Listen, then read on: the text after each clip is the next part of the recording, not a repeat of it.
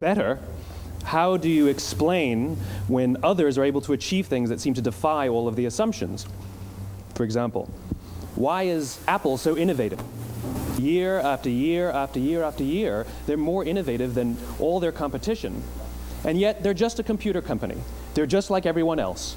They have the same access to the same talent, the same agencies, the same consultants, the same media. Then why is it that they seem to have something different? Why is it that Martin Luther King led the civil rights movement? He wasn't the only man who suffered in a pre-civil rights America, and he certainly wasn't the only great orator of the day. Why him? And why is it that the Wright brothers were able to figure out controlled powered manned flight when there were certainly other teams who were better qualified, better funded, and they didn't achieve powered manned flight, and the Wright brothers beat them to it? There's something else at play here.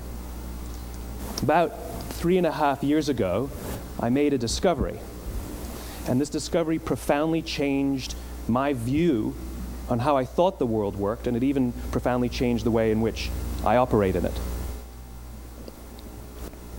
As it turns out, there's a pattern. As it turns out, all the great and inspiring leaders and organizations in the world, whether it's Apple or Martin Luther King or the Wright brothers, they all think, act, and communicate the exact same way, and it's the complete opposite to everyone else. All I did was codify it. And it's probably the world's simplest idea. I call it the golden circle.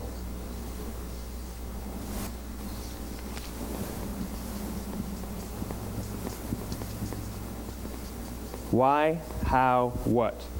This little idea explains why some organizations and some leaders are able to inspire where others aren't. Let me define the terms really quickly. Every single person, every single organization on the planet knows what they do, 100%. Some know how they do it, whether you call it your differentiating value proposition or your proprietary process or your USP. But very, very few people or organizations know why they do what they do. And by why, I don't mean to make a profit. That's a result. It's always a result. By why, I mean what's your purpose? What's your cause? What's your belief? Why does your organization exist? Why do you get out of bed in the morning? And why should anyone care? Well, as a result, the way we think, the way we act, the way we communicate is from the outside in.